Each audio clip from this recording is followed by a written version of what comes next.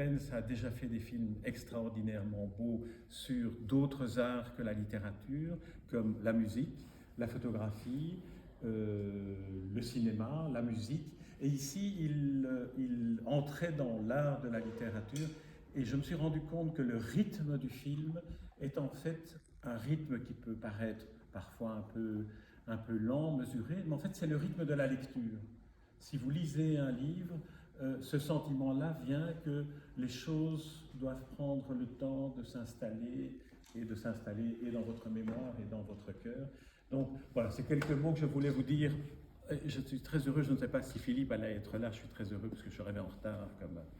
Et je suis très heureux que Philippe soit là pour que je puisse partager avec lui cette hypothèse d'analyse du film, de la manière de le travailler. Et avant de lui céder la parole, je voudrais quand même dire que j'ai apporté quelques exemplaires du livre que vous avez vu dans le décor et que si vous voulez en avoir une dédicace ou lire les autres nouvelles du livre, toutes les nouvelles dans ce livre qui est préfacé par Jacques de Decker sont des nouvelles qui tournent autour d'une forme de célébration par la fable du livre, de la littérature, des métiers du livre, des bibliothécaires, des libraires, des lecteurs. Et alors enfin, je voudrais quand même apporter une précision médicale et scientifique qui est, ceci est une fable, il est inexact scientifiquement que la pratique intensive de la lecture puisse provoquer une réparation de la macula. En revanche, plusieurs études scientifiques qui utilisent l'imagerie médicale tellement sophistiquée à laquelle nous avons accès aujourd'hui ont démontré scientifiquement, alors que nous, lecteurs et lectrices, nous le savons, que plus on lit de livres de littérature, plus notre capacité d'empathie augmente dans des neurones qui s'activent et qui s'accélèrent. Pourquoi? Parce que lire un livre de fiction, c'est se mettre à la place d'un autre. L'empathie, c'est ça, c'est se mettre à la place de celui qu'on n'aurait pas regardé si on n'avait pas un jour vécu sa vie.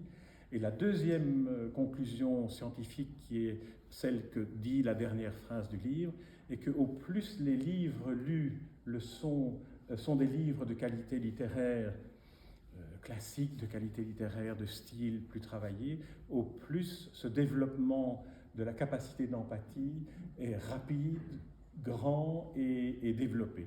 Donc, je ne peux que vous inviter à lire, et puis regarder le film, et parler du film de Philippe Repens. Et puis il y a le livre. Et les livres. Et peut-être, Philippe, un mot sur cette aventure. Donc c'est une aventure qui a commencé il y a 2 ans et demi. J'étais en pleine production d'un long métrage et parfois voilà, ça peut prendre énormément de temps. Trouver des financements, c'est très compliqué. C'était justement une adaptation d'ailleurs d'une œuvre de Stefan Zweig, donc c'est un projet en cours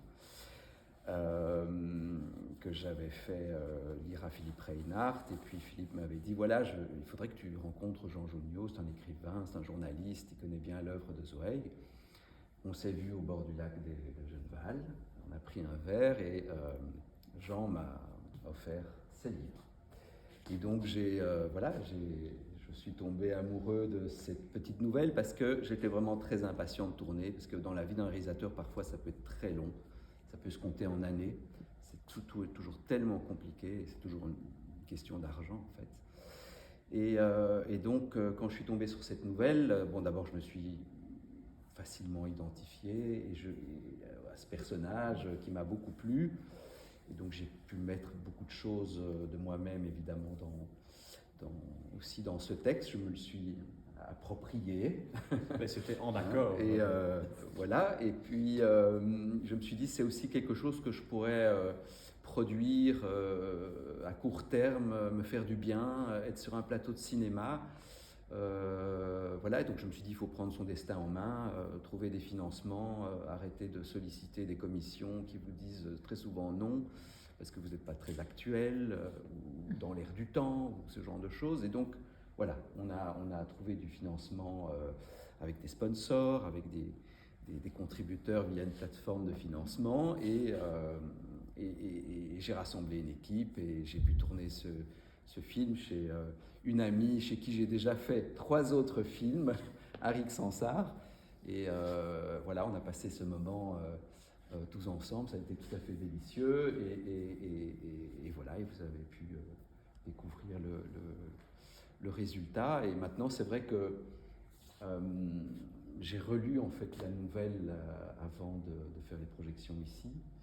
Et c'était très très étrange parce que je ne me souvenais plus très bien de ce que j'avais finalement modifié.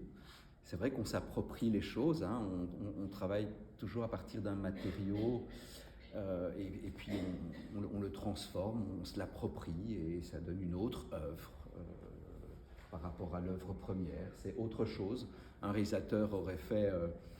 autre réalisateur aurait fait le film, ben ça aurait donné probablement tout autre chose aussi. Donc c'est ça qui est assez extraordinaire dans le travail d'adaptation.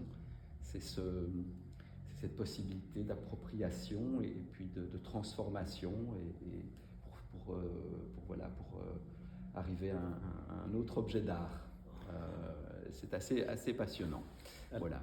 En ce qui me concerne, je n'ai pas relu la nouvelle avant de la revoir, mais par contre, comme c'est ma deuxième vision... Non, t'avais pas touché un peu pour la nouvelle édition. Et par contre, j'ai observé que la liste... j'ai revérifié que cette liste de livres, qui sont les 100 livres de notre personnage ici, ne correspondent pas aux 100 livres auxquels je pensais au moment où je l'ai écit, mais cette liste de 100 livres évolue en permanence, donc on peut dire que là aussi il y a un élément mobile, dynamique.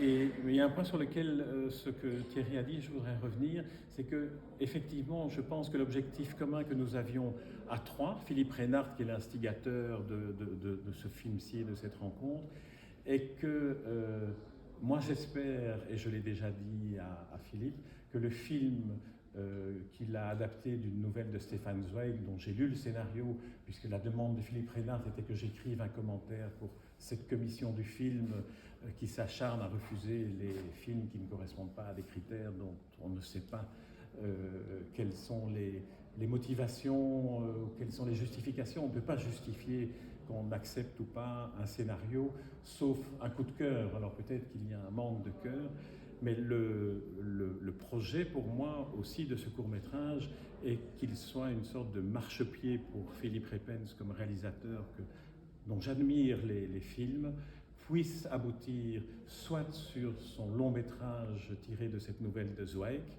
soit sur un autre scénario que j'ai lu et qui s'appelle « À l'Est, rien de nouveau » et qui sont pour moi, rien qu'en lisant les scénarios, j'ai une expérience dans le monde de la sélection de scénarios au niveau européen, m'ont démontré à la lecture que c'était vraiment de grands films qui étaient potentiellement à réaliser et qu'ils manqueront au cinéma s'ils ne se réalisent pas. Et donc voilà, donc si vous pouvez parler autour de vous et de ce film et du livre, mais surtout se projeter, c'est le cas de le dire, dans un avenir où des films importants puissent se faire et que des réalisateurs ne se découragent pas de se battre pour pouvoir les financer. Et il y a plusieurs membres de l'équipe ici, de la production. Younous qui a fait un son magnifique. Thierry de Coster, qui est le comédien au petit regard pétillant de Malice lorsqu'il manœuvre des arrangements comme la Célestine, arrangeur de mariage.